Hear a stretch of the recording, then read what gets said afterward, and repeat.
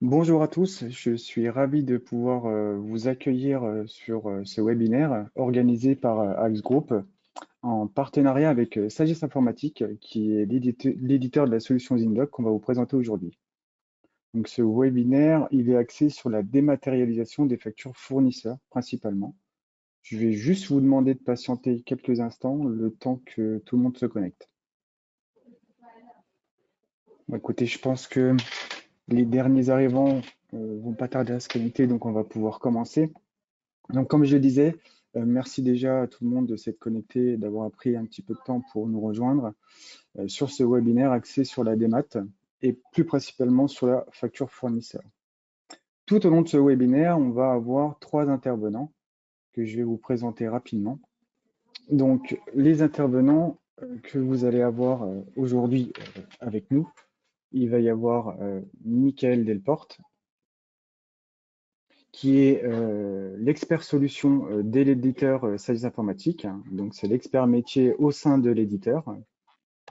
Nous allons avoir avec nous aussi Clément Georges, qui est l'expert solution de la société Axe Group sur la région dijonnaise et jurassienne. Et moi-même, Cédric Hans, qui a le même poste que Clément.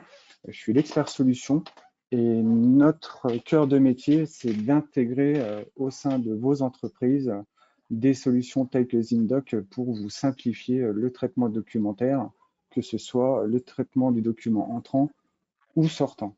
Voilà. Je vais maintenant vous expliquer un petit peu comment va se dérouler ce webinaire. Il va se dérouler en 3 temps. Dans un premier temps, Clément va nous faire un petit rappel un petit peu sur ce qu'est la GED. Ça peut être un peu mystifiant pour certaines personnes. La facturation électronique et la loi qui l'encadre. Dans un deuxième temps, on aura la chance que Michael nous fasse une démo de la solution Zindoc pour traiter les factures fournisseurs.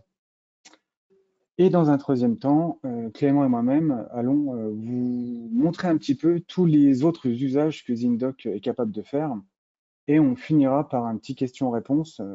Et vous pouvez dès à présent, sur le chat de ce webinaire, poser des questions. N'hésitez pas tout au long du webinaire à poser des questions. On va pouvoir y répondre à la fin. Maintenant, je vais laisser la parole à Clément pour qu'il vous présente un petit peu ce que c'est que la GED. Parfait, merci Cédric pour cette introduction. Donc, je suis Clément Georges, expert solution Axe Group sur le secteur dijonnais alentour et également sur la partie jurassienne. Donc, pour commencer, on va définir un petit peu ce qu'est la GED. La GED qui peut paraître un petit peu mystique, comme l'a dit Cédric. Ça parlera à certains, ça parlera peut-être pas beaucoup à d'autres. L'idée, c'est d'éclaircir le sujet aujourd'hui. Donc, la GED, ça va être un système informatique en fait qui va vous permettre de gérer vos documents de manière numérique. Ça veut dire qu'aujourd'hui, vos habitudes étaient peut-être de les avoir papier chez vous, de les faire circuler en fonction de peut-être de besoins de validation ou autres à vos collègues. On sait tous, voilà, les documents peuvent se perdre, etc. L'idée de la GED, ça va être de centraliser tout ça sur un système informatique pour pouvoir mettre en place de la sécurité et de la validation, tout ce qu'il faudra derrière. On va se répartir en plusieurs points importants. Donc, le premier qui va être la numérisation, l'intégration en fait des documents dans la solution via plein de méthodes qui sont proposées. Le tout, c'est de savoir laquelle nous plaît le plus. Si c'est papier, on va pouvoir scanner, et si c'est arrivé de manière numérique, on pourra l'intégrer très facilement. Ensuite, on va pouvoir indexer. Donc, indexer, ça va être en fait classé. Aujourd'hui, vous recevez une facture ou un document. Le sujet du jour, c'est la facture, donc je vais parler plutôt facture. Vous recevez une facture, vous allez la mettre au bon service, etc., dans la bonne bannette ou autre. Là, ça va être la même idée, c'est de classer le document pour pouvoir derrière le rechercher. Donc, la recherche via des critères, des mots-clés, on va pouvoir avoir plein de possibilités. Le tout, ça va être de pouvoir retrouver le document très rapidement, plus rapidement qu'en allant dans mes archives, en feuilletant les archives. Et c'est un peu plus sympa et plus simple. Et ensuite, on va pouvoir les diffuser. Donc, quand le besoin sera là, on va pouvoir les diffuser via différents canaux. En fonction du besoin, tout est possible. Ce n'est pas le sujet du jour, mais sachez qu'on peut le faire. Et ensuite, pour finir, on va les archiver. Donc en fait, l'archivage se fait tout au long de l'utilisation d'une solution de GED, puisqu'à l'entrée, on dépose le document, il est archivé, il est sécurisé, c'est important de le préciser, via plusieurs data centers, etc. Michael en parlera mieux que moi. Et le tout, c'est de pouvoir le retrouver au fil du temps quand on en a le besoin. On peut le supprimer. Si c'est supprimé, ce n'est pas définitif, sauf demande spécifique de votre part. Et vous l'aurez compris, donc, cette solution de GED, en fait, une GED, ça va vous permettre d'améliorer votre quotidien, votre efficacité, votre productivité, tout en simplifiant et en éliminant les risques, surtout, de perte de documents dus à faire circuler les documents au sein des différents services. Tout ça, on va l'éviter, on va le sécuriser. Et c'est l'idée d'une GED. J'espère que j'ai été clair sur la précision de ce qu'est une GED. S'il y a des questions, n'hésitez pas. Je vais maintenant vous présenter qui nous sommes. Donc, Axe Group, nous sommes votre partenaire local. On est répartis sur principalement la région centre-est de la France. Donc, on a une agence à Mâcon, à Châlons, à Dijon et dans le Jura, donc sur Lons-le-Saunier. Dans chaque agence, nous avons une équipe commerciale, une équipe technique et une équipe administrative qui est répartie. Et l'idée, c'est qu'on travaille sur trois gros axes, trois métiers principaux, qui est notre métier de base est l'impression, le système d'impression, donc les imprimantes, les photocopieurs, multifonctions, scanners, etc. On va être capable de vous équiper. On va être capable aussi de vous équiper en termes de dématérialisation, donc le sujet du jour. Et nous allons pouvoir également vous accompagner sur la partie informatique, infrastructure réseau, infogérance informatique, sécurité, etc. Tout ce qu'il vous faut pour bien fonctionner, on va pouvoir vous le proposer. Voilà pour la partie présentation de qui nous sommes. Je vais maintenant passer la main à Michael, afin qu'il puisse nous présenter un peu plus en détail qui ils sont et ce qu'ils font. Merci Clément. Donc, je suis Michael Delporte, je représente Sagesse Informatique, l'éditeur de la solution Zindoc qu'on vous présente aujourd'hui. Pour la petite histoire, Sagesse a démarré l'aventure il y a bientôt 25 ans. Nos métiers d'origine étaient doubles, la sauvegarde de données à distance et la numérisation du patrimoine documentaire à travers notre Scan Center qui existe toujours. Donc, ça se traduit concrètement, on se déplace dans vos locaux, on récupère vos archives papier et suivant un cahier des charges que vous nous émettez, on numérise vos documents pour vous les restituer sous forme d'une arborescence avec dossier, sous-dossier, etc. Ça fonctionne très bien, sauf que tout de suite, on a une problématique identique au schéma papier qui est remonté de nos clients. J'ai une masse de documents numériques cette fois-ci. Comment faire pour retrouver rapidement et facilement les documents qui m'intéressent et a fortiori des informations qui sont contenues à l'intérieur, parce que la logique de classement, de recherche, de renommage des documents est propre à chacun. Petite TPE d'à peine 7 salariés à l'époque, on a commencé par rechercher les solutions existantes sur le marché. Et on s'est vite rendu compte qu'il n'y avait rien de pertinent pour des TPE, PME ou des administrations à taille humaine parce qu'on rencontrait des plafonds de verre à tous les niveaux. Donc, on a pris le parti de commencer à réfléchir et à développer une solution en interne et de là est né Zindoc. À l'origine, Zindoc, c'était une solution d'archivage versus stockage. On apporte une valeur légale aux documents à travers différents critères et un système d'archivage qui intègre un moteur de recherche qui permettait enfin de s'affranchir des logiques de classement, de recherche et de renommage des documents. Puis petit à petit, la solution elle s'est vite enrichie, poussée par les remontées utilisateurs et un gros contexte légal sur la dématérialisation. Le dernier exemple en date, c'est la facture électronique. Et d'ailleurs, on va faire un rapide focus sur la LFE avant de passer à la démonstration. Donc, la facture électronique, on en a tous beaucoup entendu parler, peut-être même trop. Il s'est dit beaucoup de choses et on constate que ça reste relativement flou dans la tête de beaucoup de sociétés. Le cadre, il est relativement simple, que dit la loi. Tout professionnel qui émettra une facture à destination d'un autre professionnel qui sera soumise à TVA, on ne pourra plus les échanger par les cadeaux traditionnels type courrier ou mail. On devra aller déposer l'ensemble de ces factures sur une plateforme d'État qu'on appelle aujourd'hui sous le nom de PPF. C'est ni plus ni moins qu'un Chorus V2 survitaminé. Ensuite, le nouveau format de la facture, ce sera un format dit X. Donc, les factures, ce seront des factures sous format PDF, lisibles par un œil humain. et on y joindra un petit logiciel embarqué qui reprendra les éléments essentiels de la facture sous un format brut informatique pour qu'il puisse être traité en masse par des machines. Le planning, il est arrêté à très peu de choses près. Après le dernier gros décalage de l'État, on sait que maintenant, à partir du 1er septembre 2026, l'ensemble des grandes entreprises devront émettre leurs factures sur cette nouvelle plateforme. Néanmoins, tous autant qu'on est, on devrait être en capacité dès cette date d'aller les récupérer sur cette plateforme. Et puis, on redescendra petit à petit sur les TPE, PME. Et à partir du 1er septembre 2027, même la toute petite entreprise ou le plombier du coin où il est seul à travailler dans sa société, lui aussi devrait être en capacité de rentrer dans ce cadre-là et d'émettre ses factures sur cette nouvelle plateforme. Donc, les enjeux sont multiples. Pour l'État, c'est essentiellement un enjeu de TVA. Pour nous, ce sera d'absorber ces tâches, ces contraintes le plus rapidement possible et le plus efficacement possible. Donc, on va vous présenter tout de suite l'armoire de démonstration sur l'usage fournisseur.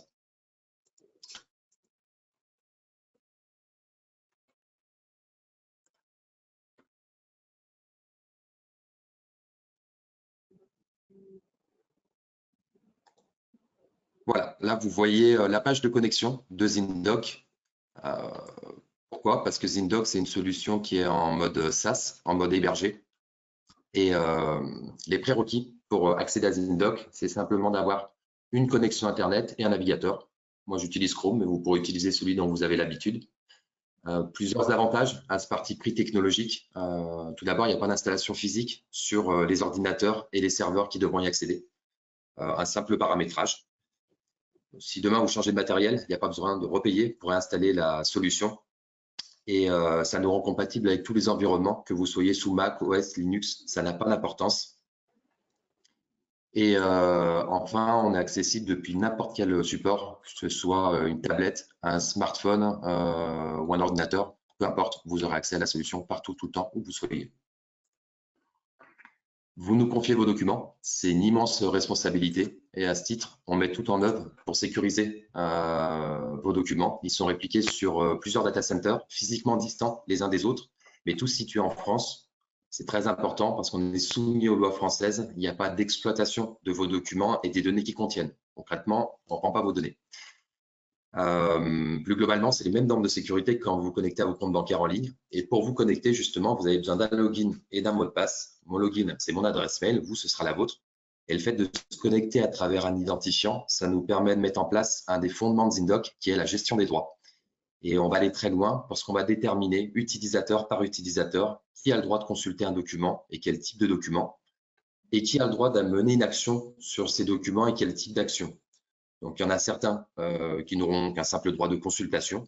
Et puis, il y a d'autres utilisateurs au sein de vos entités qui auront des droits beaucoup plus larges, jusqu'à avoir la totalité des droits pour certains. Donc, transmettre un document, le valider pour une facture, par exemple, le modifier, etc., etc. Et ça, on va avoir une gestion au bouton près, utilisateur par utilisateur. À savoir qu'on a cassé un des codes qui régnait dans le monde des logiciels, c'est la licence utilisateur, qui tuait de facto le mode collaboratif parce que ça coûte très cher et on raisonne sérieusement à qui on va ouvrir une licence utilisateur. Dans ZinDoc, le nombre d'utilisateurs est illimité. Vous n'aurez pas à vous poser cette question, que vous soyez 1, 10, 100 à l'utiliser, ça n'aura aucun impact sur le prix. Donc, je vais me connecter à l'armoire démonstration qui nous est mis à disposition. Et on va arriver dans l'environnement de ZinDoc sur ce qu'on appelle le tableau de bord. Ayez une image simple en tête. ZinDoc, c'est de la pâte à modeler. Tout ce que vous voyez, ce n'est qu'une proposition. Il n'y a absolument rien de figé. C'est nous qui allons adapter ZinDoc dans ses fonctionnalités, dans son interface à vos sociétés. Ce ne sera pas à vous de vous adapter à nous. On va personnaliser les pages de connexion, on va intégrer vos chartes graphiques, vos logos.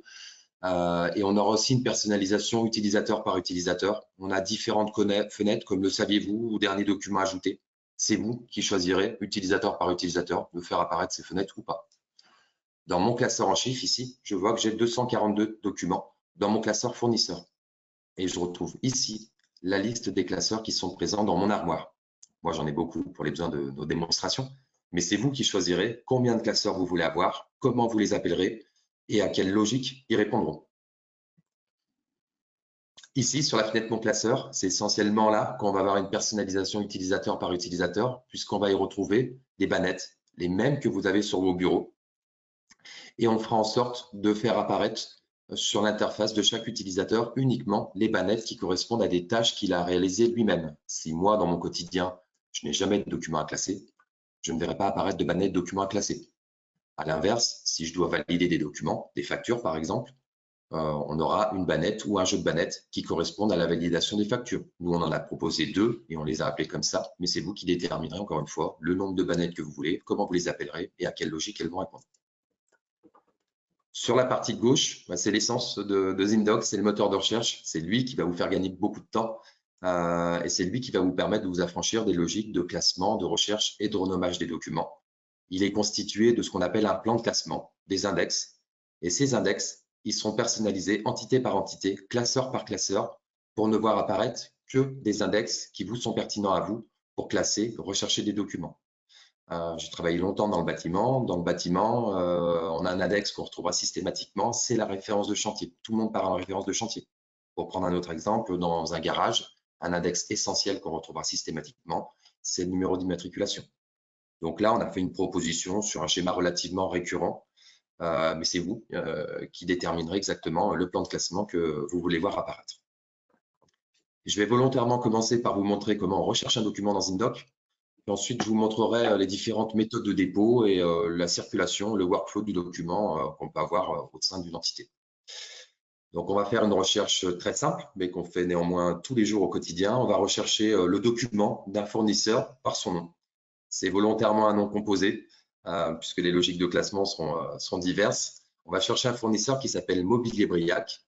Donc, quand je tape M, Zindoc va me sortir tous les fournisseurs qui contiennent la lettre M et vous pouvez le voir, peu importe où est le caractère M dans le nom du fournisseur. Chromatex, c'est le 4e caractère. Si je continue avec O, donc la suite de caractères MO, Zindoc me trouve Mobilier Briac.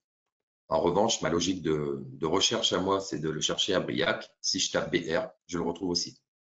C'est un vieux fournisseur, vous vous souvenez plus de son nom. Vous savez qu'il avait un double L. Vous tapez double L, ça fonctionne aussi. Je vais le sélectionner. On arrive sur 59 documents qui sont sortis de ma recherche par nom. Donc, vous pouvez choisir de faire apparaître les informations sous forme de vignettes ou sous forme d'un tableau. Et chaque utilisateur, avec la roue crantée, pourra personnaliser les en-têtes de colonne qu'il veut voir apparaître. Parce qu'encore une fois, les informations qu'on va rechercher ne sont pas forcément les mêmes suivant les tâches qu'on réalise au sein de la société. Donc là, j'ai un grand nombre de documents. Quand on regarde sur la colonne de gauche, type de document, j'ai un petit peu de tout. J'ai des factures, j'ai des devis, j'ai des bons de livraison, des bons de commande. C'est l'entièreté de mon dossier Mobilier Briac. Et maintenant, je vais intégrer des informations, des filtres supplémentaires pour partir d'un grand nombre de documents et arriver à un seul document. Donc, je vais réduire uniquement ma recherche à des factures. Et un dernier critère, je n'ai plus que 31 documents. Je vais mettre un montant. On va mettre 5 000 €. J'ai un document qui ressort, on va l'ouvrir. C'est bien une facture de Mobilier Briac d'un montant supérieur à 5 000 €. À chaque fois que vous ouvrez un document, vous avez une liste d'actions sur la droite qui est possible. Ici, on aura une personnalisation utilisateur par utilisateur. On a un stagiaire qui arrive dans la société. Peut-être qu'à la fin de son stage, il ira travailler chez le confrère. On veut limiter sa capacité à sortir des informations facilement et rapidement de la société. On va pouvoir raisonner en lui enlevant, par exemple, les boutons télécharger, imprimer, partager, envoyer. Sur la partie de gauche, je retrouve le plan de classement de mon document, les informations essentielles. Et quand je descends un petit peu plus bas dans le plan de classement, j'arrive sur un tampon d'horodatage. Ça, il faut le voir un petit peu comme le certificat de naissance de nos enfants. Comme eux, le tampon d'horodatage dira qui a déposé ce document, quel jour, quelle heure, quel utilisateur et quel format de document. Ça, c'est le premier élément qui nous permet de garantir que Zindoc, c'est non plus du stockage comme sur nos serveurs, sur nos drives ou autres, mais de l'archivage à valeur légale. C'est l'authenticité du document. Ce tampon d'horodatage, il est apposé automatiquement à chaque dépôt de document. Et si je vais sur la fonction télécharger, j'ai les 2 autres critères de l'archivage. Le format original du document, dans Zindoc, on ne travaille jamais dessus. Il est mis de côté et on y appose une empreinte numérique. Donc, vous avez 2 lignes vertes et une suite de codes qui sont strictement identiques. Si quelqu'un avait essayé de modifier ce document depuis son dépôt dans Zindoc, supprimer une virgule, changer une lettre de couleur, il aurait cassé cette ligne de code qui ne serait plus la même et on aurait une ligne rouge et une ligne verte.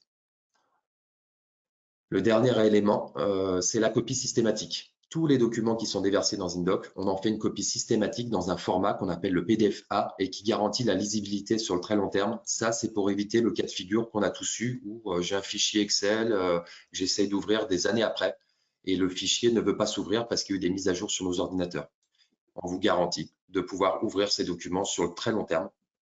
Et dès le mois d'août, pour les utilisateurs InDoc qui nous le demanderont, on transformera automatiquement toutes les factures dans un format PDF AX et ça gratuitement. Donc voilà pour les éléments d'archivage dans InDoc. Donc là, je viens de faire une recherche très simple, mais qu'on fait néanmoins tous les jours et un grand nombre de fois par jour. Donc là, je vais vider mon moteur de recherche. Et dans InDoc, non seulement on va pouvoir rechercher un document grâce à ces informations du plan de classement, mais on va pouvoir faire encore mieux. On va pouvoir rechercher un document grâce à son contenu. Et quand je descends dans mon moteur de recherche, j'arrive sur un index texte à rechercher. Cet index, c'est un moteur de recherche type Google. Vous tapez une suite de caractères et InDoc va aller chercher dans la base documentaire tous les documents qui concernent cette suite de caractères. Ça marche avec l'ensemble des caractères alphanumériques, des chiffres, des lettres, des caractères spéciaux. Donc moi, j'ai un environnement bureautique. Je vais chercher une marque d'ordinateur. Donc je tape Dell. Et InDoc me dit, moi, je retrouve 78 documents qui contiennent cette suite de caractères. Je vais en ouvrir un au hasard. À chaque fois que InDoc va trouver cette suite de caractères, il va me la mettre en surbrillance. Là, c'est un document d'une page. S'il en fait 10 et que l'information est contenue une fois à la 8e page, InDoc m'ouvrira directement le document au premier endroit où il a trouvé cette information. Et cette recherche dans le contenu du texte, je vais pouvoir bien évidemment la coupler avec des informations générales de mon plan de classement. Je veux savoir, par exemple, tous les ordinateurs de marque Dell que j'ai achetés depuis X temps parce que je veux négocier avec mon fournisseur. Donc, je vais réduire ma recherche uniquement à des factures sur la base documentaire. Et les documents sont un petit peu anciens dans l'armoire des mots. Donc, je vais faire depuis janvier 2016. Je n'ai plus que 19 documents. On peut en ouvrir un au hasard. On voit que c'est bel et bien une facture éditée après janvier 2016 qui contient la suite de caractères demandée. En général, quand on fait ce type de recherche, c'est pour faire de l'analyse ou du reporting à une tierce personne. Donc, dans InDoc, on va aussi faciliter le partage d'informations au sein de l'entité ou vis-à-vis de tiers extérieurs. Donc, si je sélectionne ma base de 19 documents et que je veux l'envoyer, par exemple, à un tiers, je vais avoir dans ma liste d'actions des actions type télécharger, imprimer. Je vais pouvoir partager, envoyer. Et si je clique sur le bouton, j'arriverai à une petite boîte d'envoi qui me permettra d'envoyer mes documents. Sauf que 19 documents, ça commence à faire un grand nombre de documents, un poids qui est conséquent, et je vais être limité par la capacité sur ma boîte d'envoi ou sur la boîte du destinataire. Dans InDoc, on va toujours privilégier quand on envoie des documents, non pas la pièce jointe, mais le lien sécurisé qui a beaucoup d'avantages et entre autres qui me permet de m'affranchir de la limite de poids. Mon destinataire va recevoir mon mail de manière classique. Il faudra qu'il ouvre le mail et il aura un lien. Et quand il cliquera sur le lien, il accédera au document qu'il pourra consulter et télécharger s'il le souhaite. Ou je vais pouvoir faire différemment. Si je veux faire de l'analyse, je vais plutôt descendre un petit peu plus bas dans ma liste d'actions et je vais cliquer sur « Exporter les index vers Excel ». Et là, je vais arriver sur un petit tableau de synthèse. J'ai mon lot de 19 documents et je vais demander à InDoc de me générer un tableur Excel avec des en-têtes de colonnes que je vais pouvoir choisir par rapport aux informations de mon plan de classement, mais pas que. Donc, je vais en prendre quelques-uns pour l'exemple. Et je vais systématiquement ajouter cette ligne, identifiant unique du document. Quand je clique sur Exporter, InDoc va me synthétiser ces informations sous forme d'un tableur Excel qui a une mise en page prédéfinie, qui est très propre. Et je retrouve l'ensemble des informations de mon lot de 19 documents synthétisés sous les en-têtes de colonne que j'ai appelées. S'il y a une information qui est manquante pour moi, destinataire, ou qui m'interpelle, par exemple le montant d'un devis fournisseur, 35 000 €, ça commence à être conséquent, je peux me reporter à la première colonne, l'identifiant unique du document que j'ai rajouté. Et quand je clique dessus, c'est un lien URL, c'est un chemin qui va m'amener au document.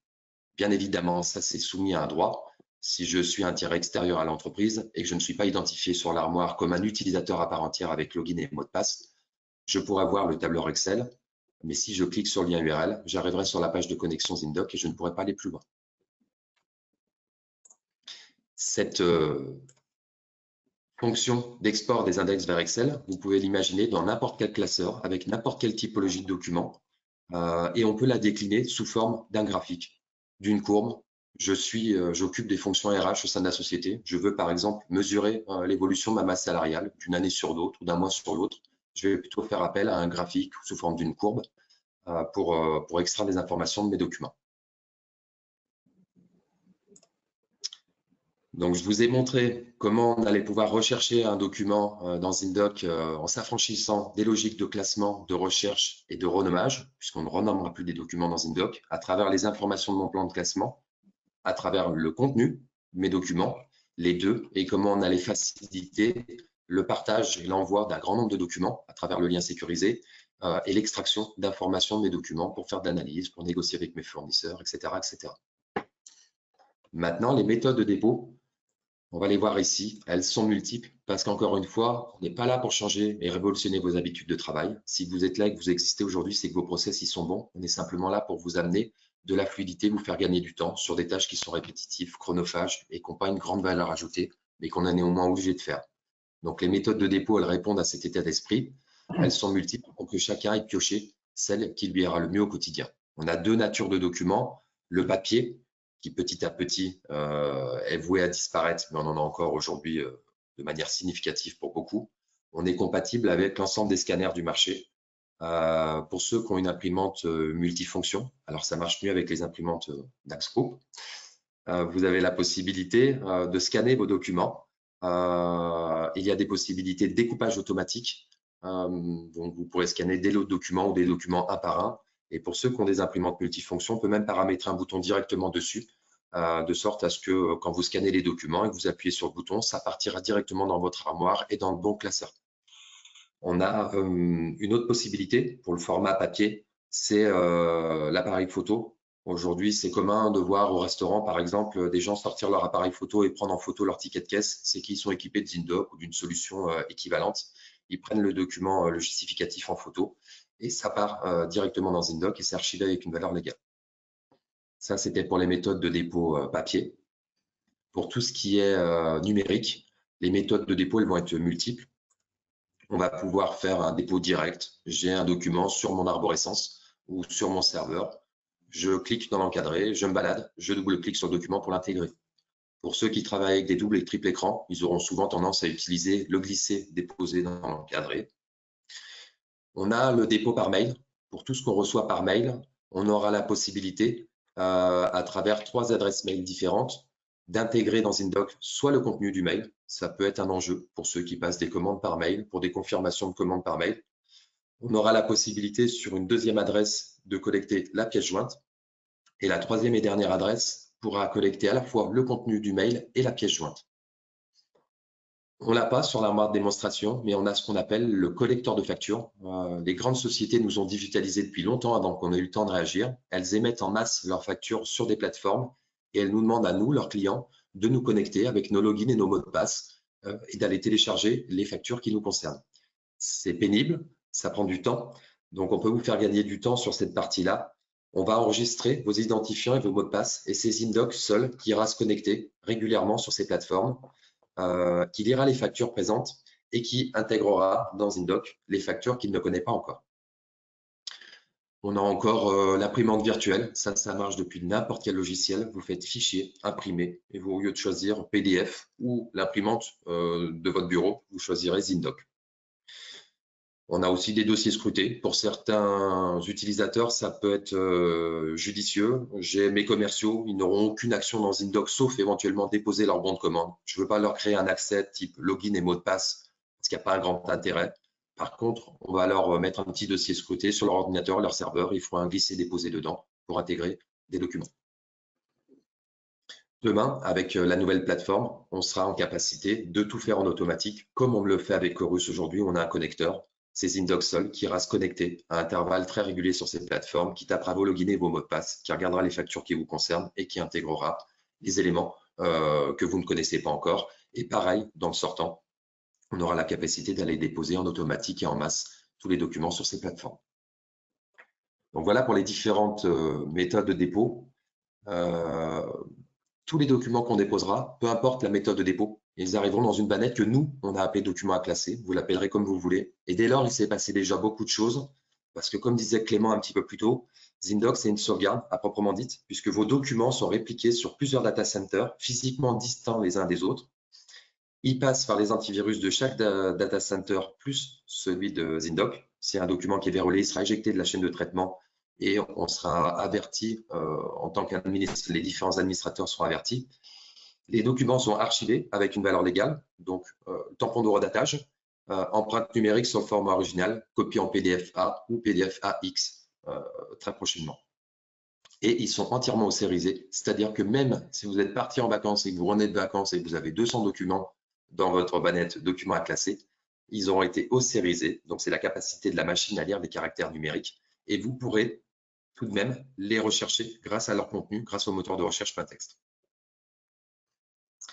Maintenant, je vais vous montrer comment on va classer un document dans Zindoc. J'ai déposé 2 documents en amont, ou plutôt comment on va apprendre à Zindoc à faire ce travail de classement, d'indexation à notre place. Donc là, on a une facture d'un fournisseur qui s'appelle Orange. Elle est là pour vous montrer comment Zindoc va réagir la première fois qu'il voit un document de ce fournisseur. On voit que mon plan d'indexation, il est loin d'être rempli. Néanmoins, j'ai quand même quelques champs qui ont déjà été remplis. Comment?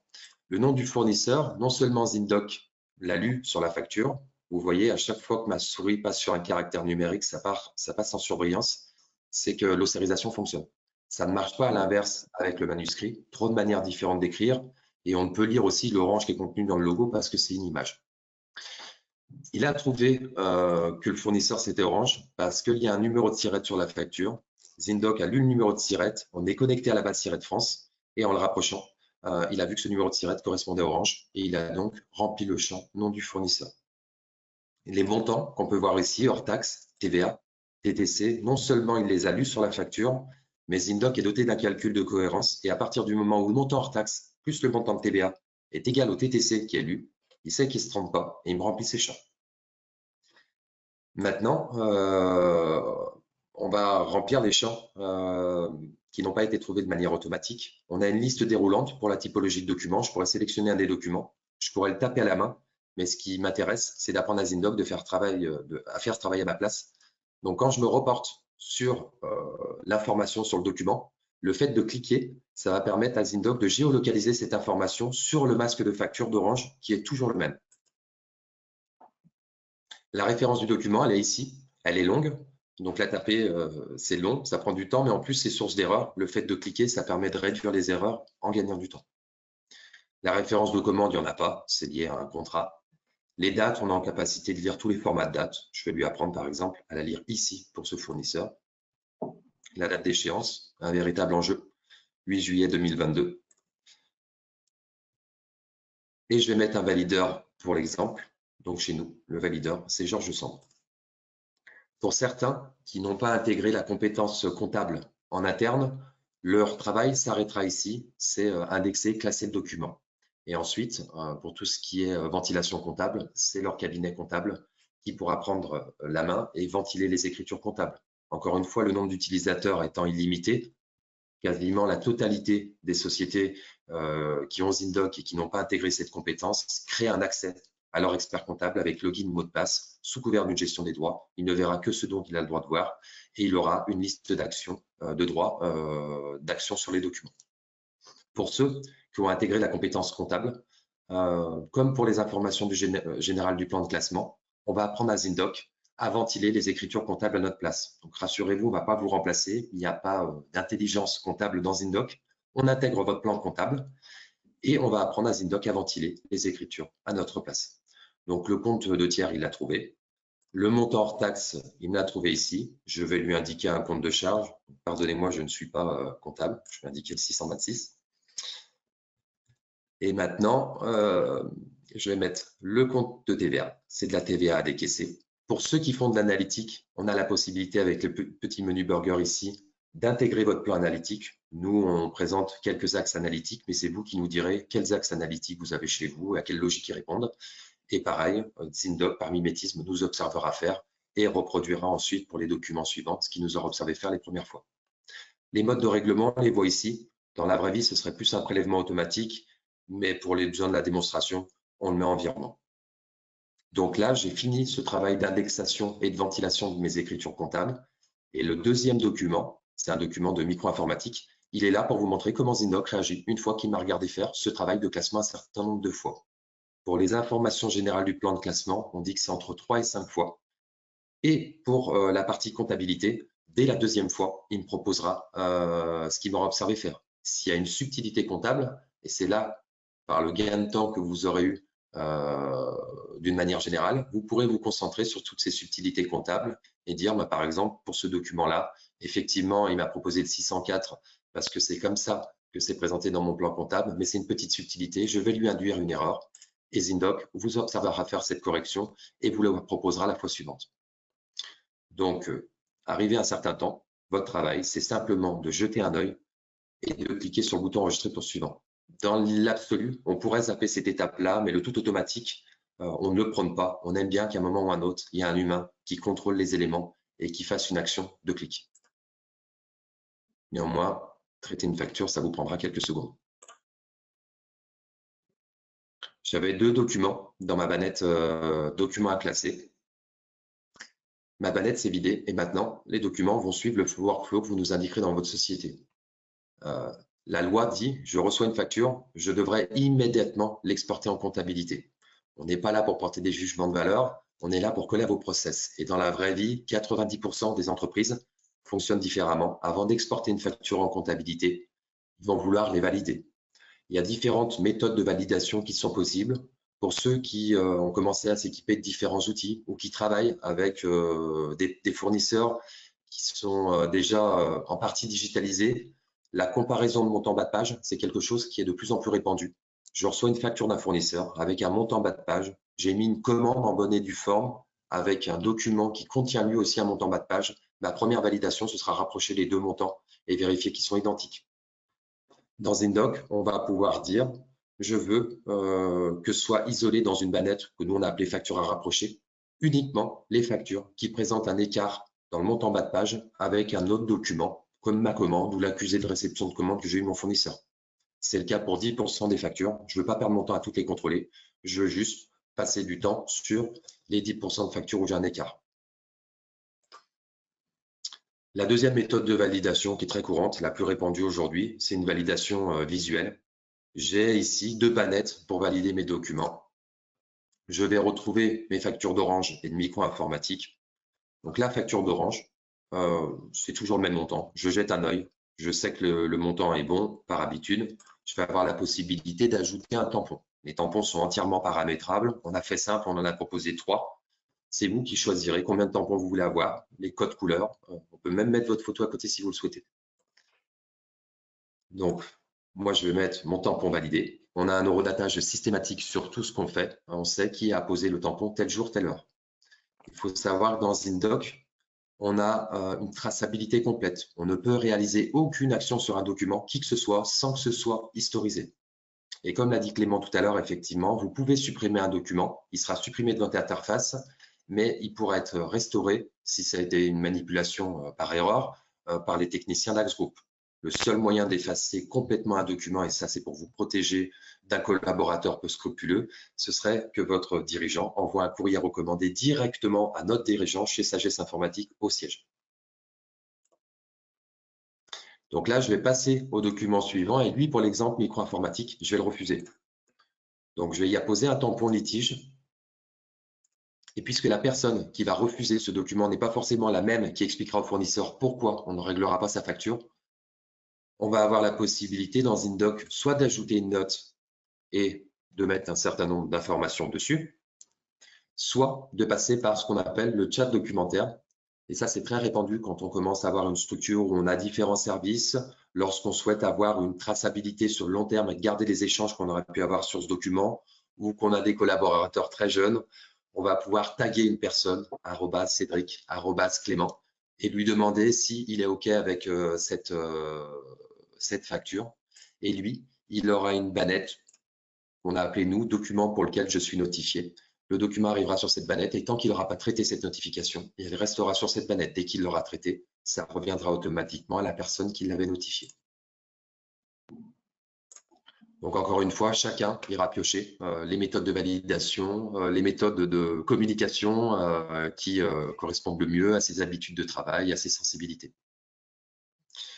Donc, si je clique sur Suivant, j'avais 2 documents dans ma banette documents à valider. Elle se sera validée et les documents auront suivi leur chemin suivant l'action que j'aurai réalisée. J'ai un document qui est dans une banette qu'on a appelée document en litige. C'est la facture de micro-informatique. On va imaginer que j'ai réglé mon litige avec mon fournisseur. Je vais supprimer mon tampon, ma note si je le souhaite. Par contre, je vais supprimer mon tampon litige et je vais ajouter un tampon validé parce que ce que je veux, c'est faire avancer ce document dans mon workflow.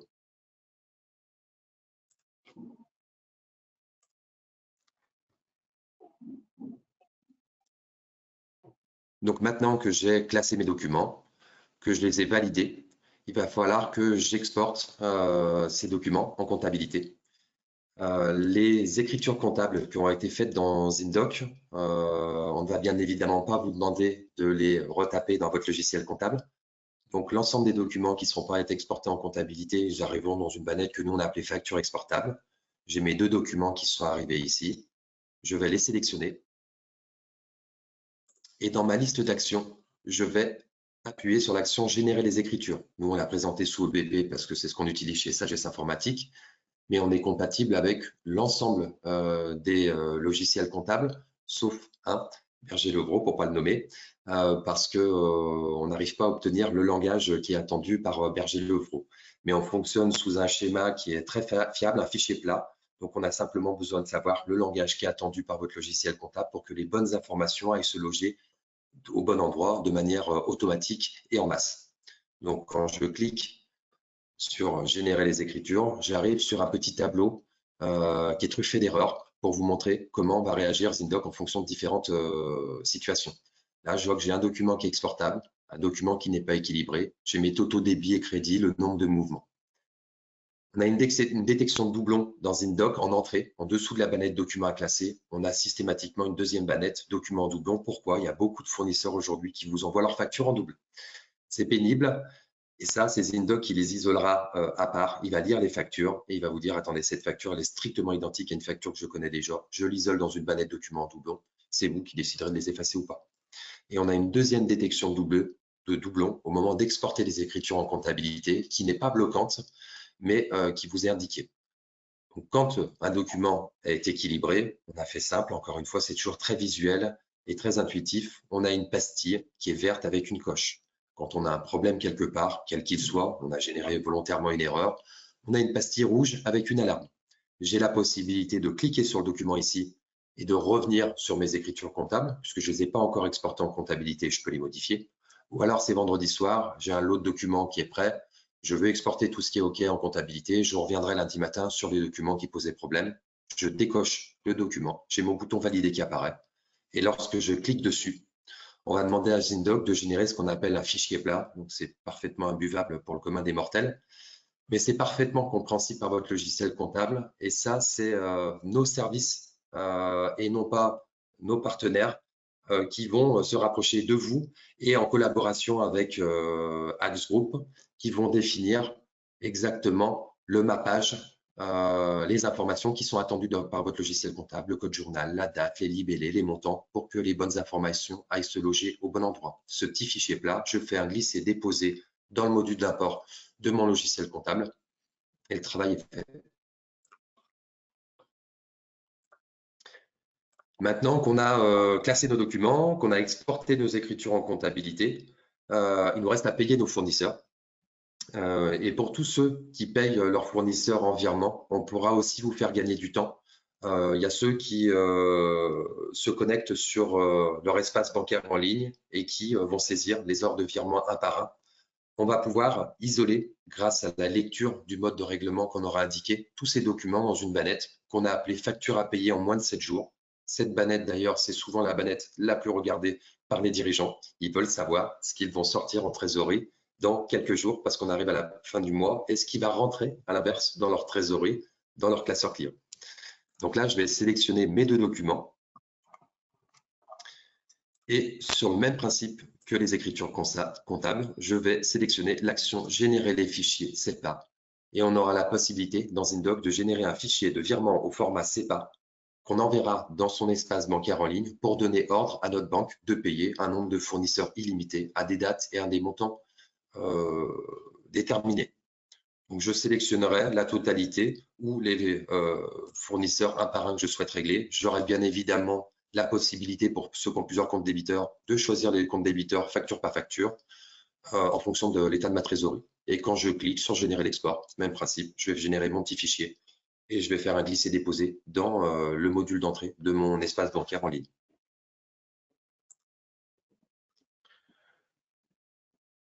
Voilà pour la partie fournisseur dans les grandes lignes. Il y aurait beaucoup d'autres choses à dire, mais dans le format webinar qui est un petit peu plus condensé, on ne peut pas tout vous montrer. ZinDoc, c'est beaucoup de choses sur beaucoup d'usages et je laisserai mes collègues toucher du doigt très rapidement les différentes choses qu'il est possible de retrouver dans ZinDoc.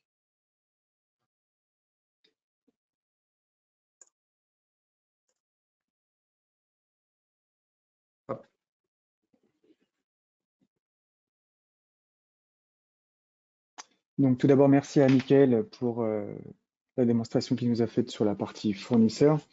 Bien évidemment, comme l'a précisé Mickaël, ZinDoc est entièrement paramétrable et nous, on le paramètre en fonction d'un audit qu'on fait quand on passe chez vous.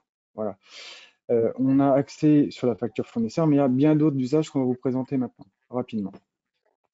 Le premier usage, c'est celui qu'on vient de voir avec Mickaël, c'est le dossier fournisseur. D'accord ? On va pouvoir traiter l'ensemble des documents, que ce soit des bons de commande, les bons de livraison, les devis, vos factures. Ensuite, on aura la partie client. Le dossier client, lui, ça va être tout ce que vos factures clients que vous allez générer, on va les déposer dans la solution pour les archiver de manière sécurisée et pour les diffuser de différentes manières.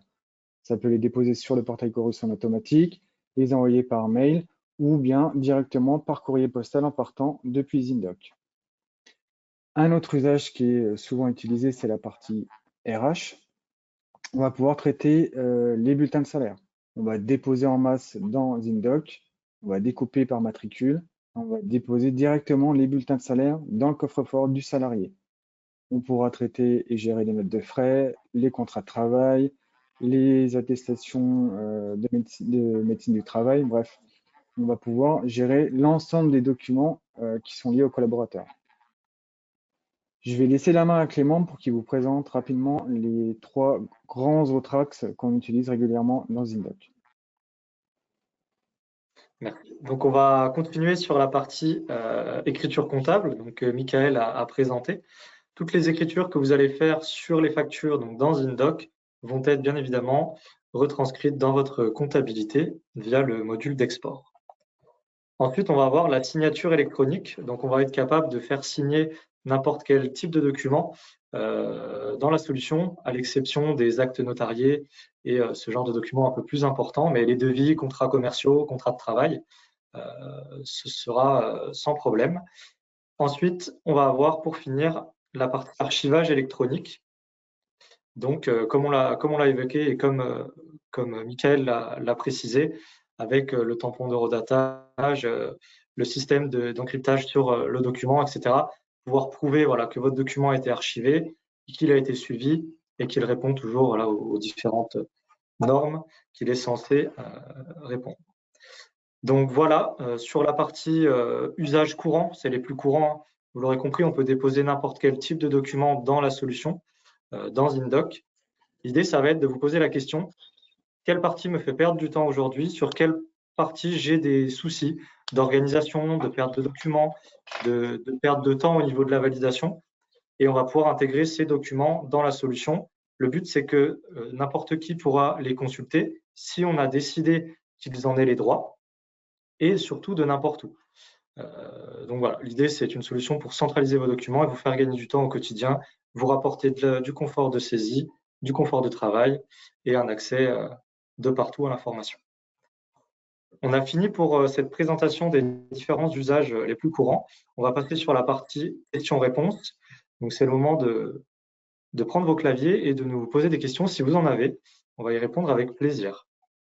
Donc, encore, merci à tous de vous être connectés et d'avoir pris un petit peu de temps sur ce qu'est la démat, la facture électronique et là, axé sur la partie fournisseur.